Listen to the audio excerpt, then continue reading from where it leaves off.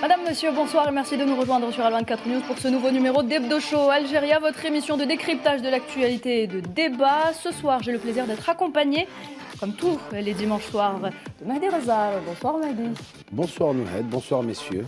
Il y a également ce soir avec nous un invité de marque. Il s'agit de Karim Belgassem, analyste géopolitique. Bonsoir. Bonsoir Nourad, bonsoir mes chers confrères et aux téléspectateurs. Vous serez avec nous tout au long de cette émission. Se trouve également autour de la table ce soir Badis Khnissa. Bonsoir Badis. Salam Azou, bonsoir Nouad. Et il y a également Tarek Hafid qui se joint à l'équipe ce soir. Bonsoir Tarek. Bonsoir Nouad, bonsoir à tous.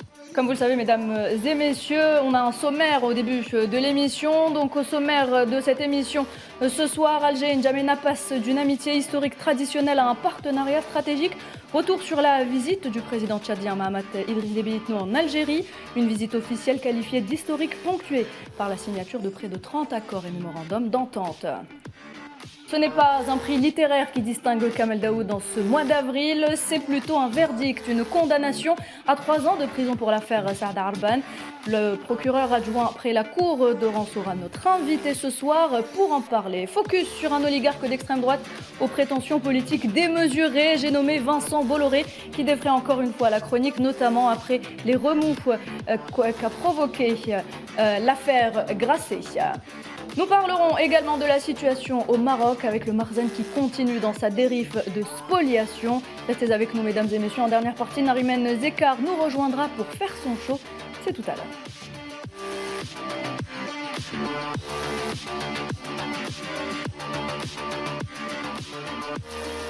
Et on commence, messieurs, avec l'actualité présidentielle. Donc c'est tout de suite avec l'essentiel de l'actualité.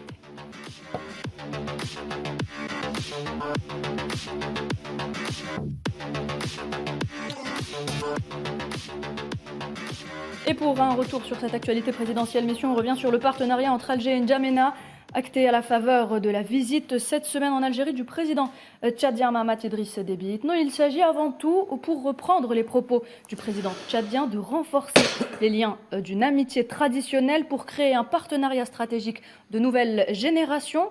Mais avant tout, je voudrais, Mehdi, revenir avec vous sur l'accueil qui a été réservé au président tchadien. Écoutez, un accueil exceptionnel qui a été réservé au président tchadien de la part de son homologue Abdelmadjid Tebboune. Ce déplacement, de toute façon, tout le monde le sait, n'est pas anodin et s'inscrit dans une reconfiguration profonde du Sahel. Depuis plusieurs années, c'est pas un secret. La région est traversée par des dynamiques contradictoires. On a un retrait de certaines puissances, dont la France, montée des logiques souverainistes et des recompositions des alliances militaires et politiques. L'arrivée du président tchadien et l'accueil qui lui a été réservé est digne de la fraternité qu'il y a entre le peuple algérien et le peuple tchadien. C'est témoin de la symbolique de cette visite. C'est une symbolique exceptionnelle et ça traduit aussi une convergence politique, une convergence sécuritaire, une convergence économique. Et c'est de bon augure pour justement la suite des relations bilatérales entre deux grands pays d'Afrique. Et il faut aussi pas oublier que ce rapprochement, il répond à plusieurs impératifs. D'abord, la sécurité. Les menaces transfrontalières évoluent, on le sait tous. On voit que toujours notre armée est sur le qui-vive pour protéger nos frontières, qui est, je le rappelle, ici sur le plateau, le plus grand pays d'Afrique et le 10e plus grand pays du monde. Donc c'est énormément de frontières. On sait ce qui se passe au niveau du Sahel. On a des groupes armés, trafic, instabilité chronique. Donc on a besoin justement d'avoir une alliance forte avec nos voisins. Ensuite, on a la coordination politique. Le Sahel est une région qui est justement toujours en mouvement, et l'Algérie qui est dans son rôle. L'Algérie garde son rôle de force tranquille qui est toujours là pour contrecarrer justement les hostilités qui viennent un peu de toutes parts. Ensuite, on a la projection diplomatique. En recevant le président tchadien, Abdelmadjid Tebboune confirme que l'Algérie garde son rôle d'interface interface régionale, et un acteur qui parle à tous. L'Algérie est un acteur qui parle à tout le monde et qui garde toujours ses canaux ouverts. C'est une diplomatie de continuité, si je pourrais dire, une diplomatie d'écoute et une diplomatie aussi de proposition de solutions. Et moi, je trouve que c'est quelque chose qui est bien. Les images comptent. Il y a eu de très belles images pendant ce voyage. Il y a eu des images de la réception du président tchadien au niveau de l'aéroport international Oualy Boumedienne. Il y a eu les images où on voyait justement le président tchadien et le président algérien avec les différents ministres avoir des réunions de concertation sur les différents ministères. Et pour moi, il y a quelque chose qui est important. Moi, c'est ce qui m'a fait aussi énormément plaisir. C'est la petite anecdote. C'est la ministre des Transports tchadienne qui est née en Algérie, qui parle parfaitement notre dialogue et qui a dit « Ana bint el Jazair », je suis la fille de l'Algérie, donc en tant que ministre des Transports tchadien. C'est beau. Taka est la fille de l'ancien président du Tchad, Goukouni Ouadé, et elle a vécu en Algérie. Elle est née en Algérie lorsque son père était en exil. Comme quoi l'Algérie, depuis des décennies et des décennies, n'a jamais changé son fusil d'épaule et est toujours resté là pour protéger les gens. Et voilà, on lui rend bien, parce que maintenant, la ministre des Transports dit « Je suis la fille de l'Algérie », elle est fière, elle le dit en arabe. Donc voilà, bravo à ce magnifique voyage qui a eu lieu. Tarek Hafed, il ne faut pas oublier que faut pas oublier, justement, il faut rappeler à nos téléspectateurs que ce n'est pas la première visite du président tchadien en Algérie, c'est la deuxième en quelques mois. C'est la seconde. La première a eu lieu au mois de septembre à l'occasion de l'IATF, donc la foire interafricaine de commerce qui a eu lieu à Alger au cours du mois de septembre. Et cette visite donc intervient, la dernière visite donc du 22 au 24 avril, intervient à l'occasion de la quatrième session de la commission mixte algéro-tchadienne, au cours de laquelle, comme vous avez dit tout à l'heure, une trentaine d'accords ont été signés dans différents mémorandums d'entente aussi, ont été signés dans différents secteurs d'activité, et notamment pour le lancement, la création d'une raffinerie au Tchad, donc avec l'apport de l'expertise d'un grand groupe comme la Sonatrach. Mais il a également été question lors des discussions entre les deux chefs d'État de sécurité.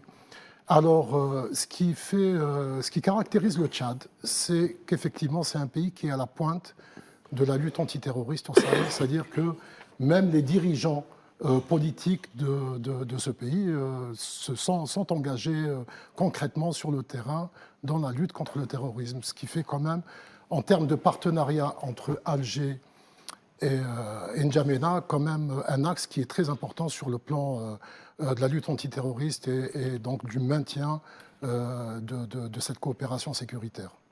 Merci Tarek Hafed. Karim Belkacem, l'axe Alger-N'Djamena, un axe stratégique majeur et un modèle de coopération interafricaine. Oui.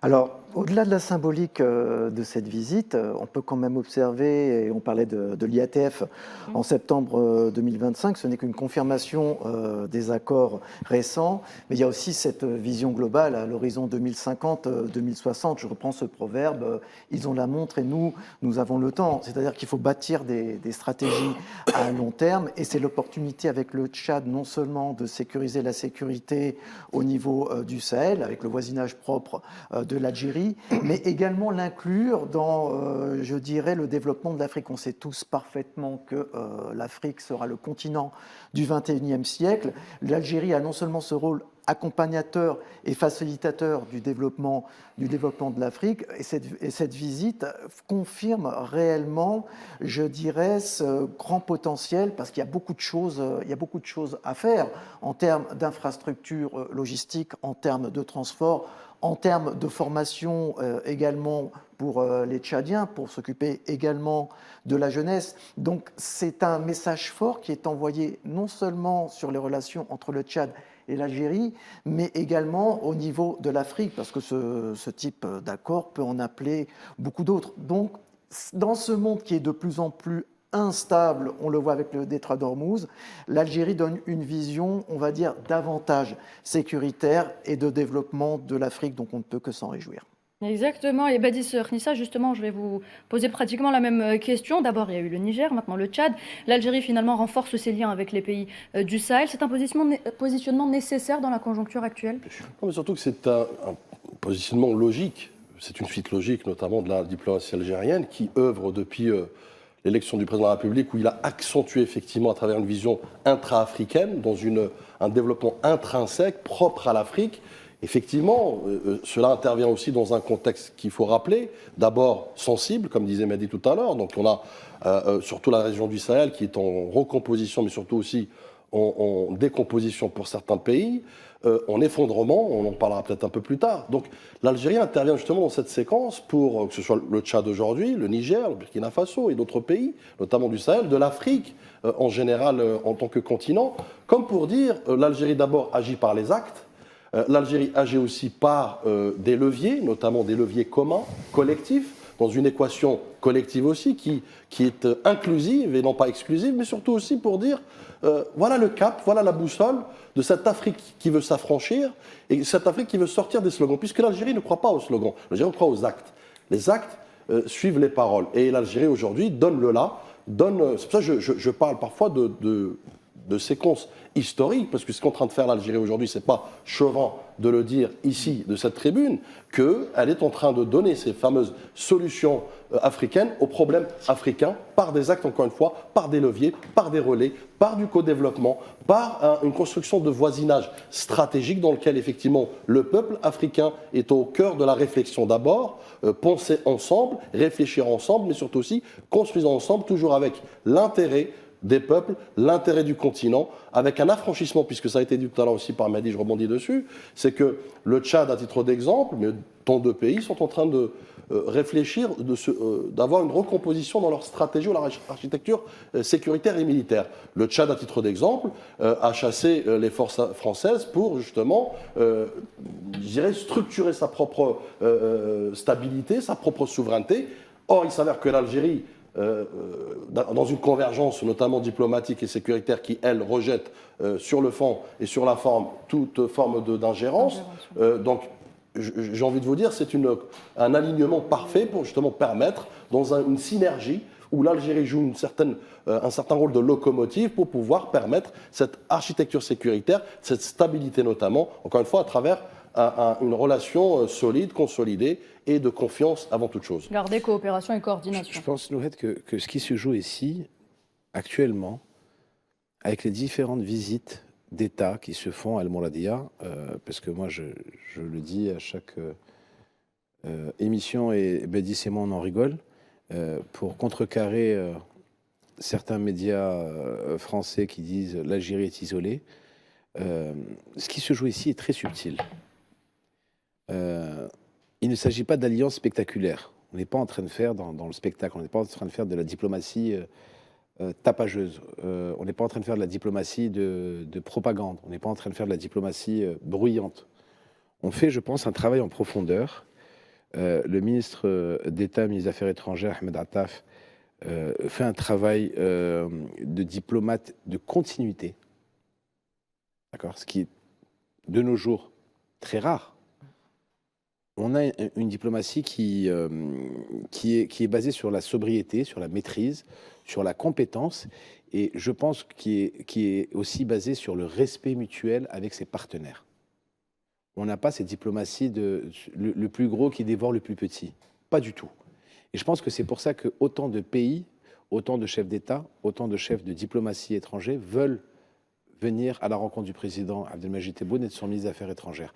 C'est parce que ce respect mutuel qui est sincère, qui est profond, eh ben, ils ont ce ressenti-là. Et avec ce ressenti-là, tu peux travailler. Même sur des sujets qui fâchent. On n'est pas obligé d'être d'accord sur tout. Oui.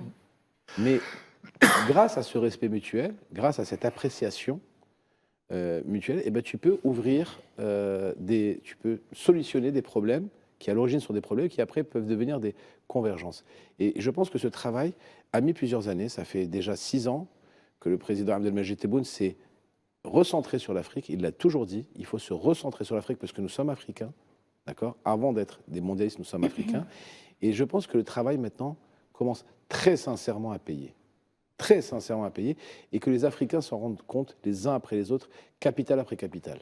Et on va récolter les fruits que le président de la République a semé depuis son élection en 2019. On va les récolter sur les 2-3 prochaines années et ça va être quelque chose d'exceptionnel pour l'Algérie. J'aimerais juste soulever un autre point complémentaire effectivement à ce que dit Mehdi, c'est que ce qui fait la force de la diplomatie algérienne aujourd'hui, sa vision notamment.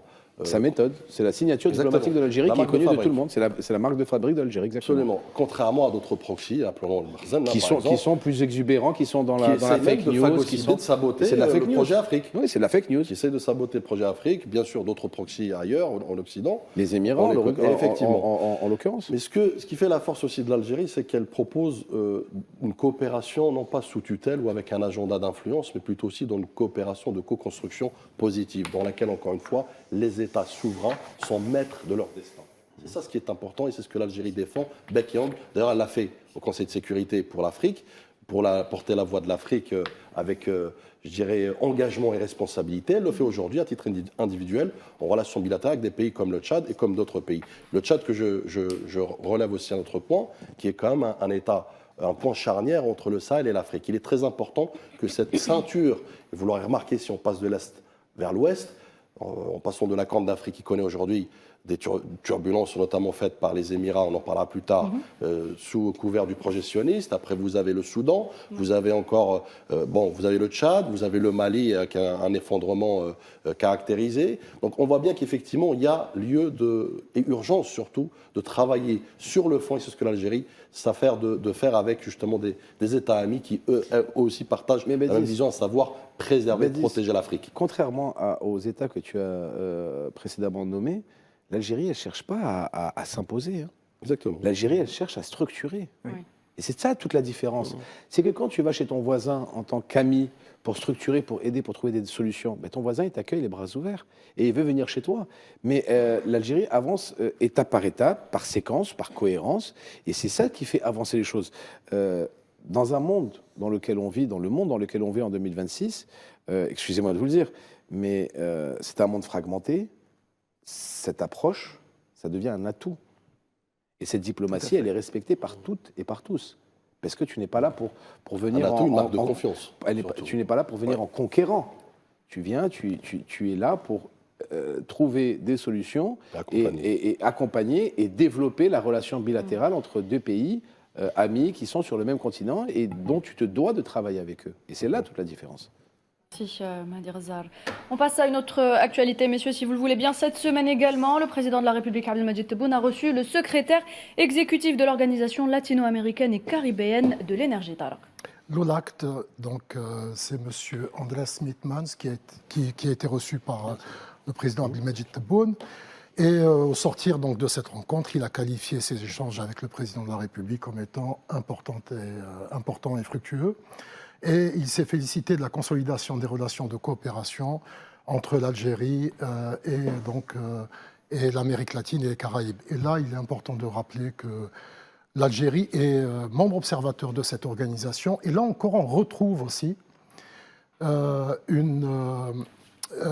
participation de l'Afrique, puisque les Caraïbes sont considérés comme étant la 6e région de l'Afrique, avec la diaspora dans les Amériques. Et dans le domaine des hydrocarbures, de l'énergie, l'apport, encore une fois, de l'Algérie est quand même très apprécié. Karim Belgassem, on peut dire aujourd'hui que l'Algérie s'impose comme un acteur incontournable de l'agenda énergétique mondial.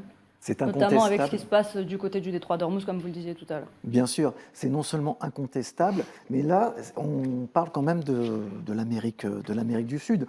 On a tellement évoqué le Sud global, qui est vraiment, c'est pas seulement qu'une expression, c'est un fait accompli. La guerre en Ukraine nous a montré que les pays du Sud global ont dit non, on ne va pas forcément suivre les Occidentaux dans cette lutte contre les Russes. Il y a forcément une alternative. Là, ce que fait l'Algérie, c'est de dire, voilà, il y a le Sud global, mais il y a les relations Sud-Sud. Donc, on parlait des relations intra-africaines. Il est temps aussi de voir ce qui se passe en Amérique du Sud. L'Algérie a aussi une carte à jouer en Amérique du Sud. Et cette visite, c'est dans la continuité de tout ce qui se passe depuis quelques mois avec la diplomatie algérienne. La diplomatie algérienne tisse sa toile, et je dirais dans le bon sens du terme, hein, bien entendu, dans le bon sens du terme. Et donc, le message qui est envoyé au monde, et je rejoindrai à ce que disait Mehdi tout à l'heure, c'est qu'au-delà des influences étrangères qu'on pouvait avoir En Afrique, je parle des Français, je parle des Russes ou des Chinois. Donc il faut qu'un pays africain, un pays du Maghreb aussi, non pas impose sa loi, il ne faut pas parler de ton inquisiteur ou autre chose, mais d'un vrai partenariat. Là, en Amérique du Sud, il y a un vrai potentiel pour l'Algérie. Voilà, c'est ma conclusion. Merci Karim Belgassem. Merci pour ces bonnes nouvelles finalement pour l'Algérie. On va passer à une autre bonne nouvelle, si vous le voulez bien, dans un tout autre domaine. Une autre bonne nouvelle qu'on retient également cette semaine, c'est le sacre de la sélection algérienne féminine au championnat d'Afrique de gymnastique, discipline que Mahdi maîtrise parfaitement. Et donc qui se sont déroulées, donc, mesdames et messieurs, à Yaoundé, au Cameroun. Le président de la République, Abdelmadjid Tebboune, a félicité Kélian Humour et ses coéquipières pour les titres africains remportés en équipe et en individuel. Mahdi, peut-être un petit commentaire sur... Écoutez, encore une victoire pour le sport algérien. Moi, je suis très content de la direction que prend le ministère des Sports avec sa tête Walid Sadi, qui fait un travail de fond et qui donne justement des moyens et qui donne de la visibilité à toutes les différentes formation qui l'abrite. Donc c'est très bien. Je félicite la sélection algérienne féminine pour ce championnat africain de gymnastique. Je crois que c'est une première, il me semble. C'est la première fois qu'on gagne ça. On se qualifie, oui, c'est la qualification. On se fait la qualification. Ouais. Donc moi je trouve ça que c'est une excellente nouvelle. Et les félicitations du président de la République témoignent de l'importance de cette victoire. Donc bravo à eux, bravo à mesdames. Bravo, et on rappelle que l'équipe de gymnastique a accueilli une nouvelle gymnaste. L'équipe de gymnastique algérienne donc, a accueilli une nouvelle gymnaste. Il s'agit de Jenna Laroui qui a elle aussi remporté la médaille d'or comme Kélia Nemour. Une autre information, si vous le voulez bien, messieurs. Le général d'armée Saïd Chengreha, chef d'état-major de l'ANP, ministre délégué auprès du ministre de la Défense nationale, a présidé cette semaine l'ouverture d'un séminaire national consacré à la protection des installations vitales du pays face aux nouvelles menaces, réalités et perspectives d'amélioration. Alors, un séminaire très important, mais ce qu'on constate, c'est que depuis une dizaine de jours, il y a eu 3 très grandes conférences qui ont été organisées par le ministère de la Défense. Le 16 avril, la première était consacrée aux menaces extérieures à l'ombre des mutations géopolitiques et technologiques, défis sécuritaires et enjeux stratégiques. La seconde, le 21 avril, à la protection des installations vitales du pays face à de nouvelles menaces, réalités, perspectives d'amélioration. Et la troisième, donc aujourd'hui, à la chaîne de soutien logistique opérationnel, état des lieux, contraintes, défis et perspectives. Et ce qui est intéressant, c'est que, comme on est en train de voir les images, il y a autant, on va dire, de spécialistes, d'experts militaires, mais aussi des civils, ce qui signifie que les questions de sécurité et de défense concernent aussi, concernent tout le monde en quelque sorte. Voilà. Non, mais tout simplement, j'aimerais rappeler que les leçons des guerres récentes au pluriel nous enseignent quoi, au juste? D'abord que les nouvelles guerres hybrides ne se gagnent pas par la force, la puissance de feu, la force de frappe, et la souveraineté ne se protège pas qu'au niveau des frontières. Ça va au-delà. Et aujourd'hui, c'est pourquoi notre valeureuse armée, depuis quelques années déjà, est dans cette dynamique de prospective, de préparation, d'anticipation pour éviter l'improvisation, pour éviter effectivement la réaction. Une fois que c'est trop tard, on l'a vu plusieurs scénarios, notamment des guerres récentes, où on a vu effectivement que la puissance de feu n'est plus suffisante. Et c'est pourquoi aujourd'hui, d'ailleurs, on voit cette mutation, cette adaptation aux mutations, par exemple aujourd'hui par rapport à la logistique, qui est un levier aussi stratégique, notamment dans une armée. C'est-à-dire que l'armée aussi tire son essence et sa puissance du flux, de maintenir le flux, de protéger ce flux, également par les infrastructures, leur protection, ça fait partie aussi de la souveraineté de l'État, c'est les câbles Internet, c'est les câbles, c'est l'électrique, c'est les centrales, c'est tout cela. C'est le carburant, c'est l'eau. Exactement. Donc une guerre se gagne même avant qu'elle commence à travers cette sacralisation, cette sanctuarisation, encore une fois, avec une valeureuse armée qui s'engage corps et âme, nuit et jour, pour préserver notre souveraineté multidimensionnelle au pluriel. Moi, je pense que le champ de la sécurité, comme l'a si bien dit Bédis, a complètement changé de nature. On l'a tous remarqué. Depuis quelques années, les menaces sont beaucoup plus hybrides, je dirais même parfois invisibles. Cyberattaques, sabotage d'infrastructures, guerre informationnelle, tout ça, ce sont des guerres, qu'on le veuille ou pas. Il y a des guerres informationnelles qui ont été diligentée contre l'Algérie. Le professeur Ahmed Ben Saada est déjà venu sur ce plateau et nous a déjà expliqué les grandes lignes justement de cette guerre qu'il appelle la guerre des réseaux d'Internet. Et le séminaire présidé par le général d'armée Changaliha s'inscrit dans cette transformation.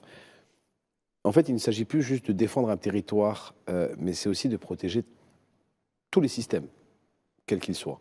Et ce qui est important, c'est que maintenant, la vulnérabilité n'est plus uniquement physique, elle est aussi une vulnérabilité numérique. Une vulnérabilité, donc j'ai du mal, systémique. Ce type de séminaire, avant on n'avait pas ça, on n'avait pas ce type de séminaire. Ben, ça traduit en fait une évolution doctrinale. Ce qui est important, c'est que maintenant, l'armée anticipe plutôt que de subir, elle essaie de comprendre plutôt que de réagir, et de structurer plutôt que d'improviser. Et c'est ça, c'est la base de ces séminaires-là, c'est par rapport à ça. Et c'est ça qui est important aujourd'hui, c'est qu'on sait de quoi on sera potentiellement attaqué dans le futur. Et que toutes les personnes justement de l'armée soient sur le qui-vive, soient sur le sujet, et que ça soit quelque chose qui soit présidé par son chef d'état-major, c'est important que tout le monde soit au fait des nouveaux systèmes de guerre hybride. Effectivement, je rajouterais, il y a effectivement, pour rejoindre ce qu'a dit Mehdi, la proactivité par rapport à la réactivité, puisque nous avons des groupes terroristes qui peuvent avoir plusieurs coups d'avance par rapport aux cyberattaques, aux crypto-monnaies et à l'intelligence artificielle. Je me permets de t'interrompre. Oui. On n'a plus des groupes terroristes, on a des armées terroristes. Oui, des armées terroristes, effectivement. Plus la même chose. Effectivement, merci d'avoir rectifié. Donc il est important de remettre carte sur table et effectivement d'anticiper tout cela. C'est une nécessité absolue et c'est important de le démontrer. Grâce à ça, l'armée algérienne, justement, elle montre ici une capacité d'adaptation et une lecture moderne des enjeux qui sont à l'heure actuelle en train de se montrer jour après jour. Donc c'est important, justement, la modernisation. Le chef d'état-major a parlé plusieurs fois de modernisation de l'armée. Ben, c'est une preuve actuelle, justement, de ça. Merci, messieurs, pour cette première partie. Mesdames et messieurs, restez avec nous, on revient tout de suite.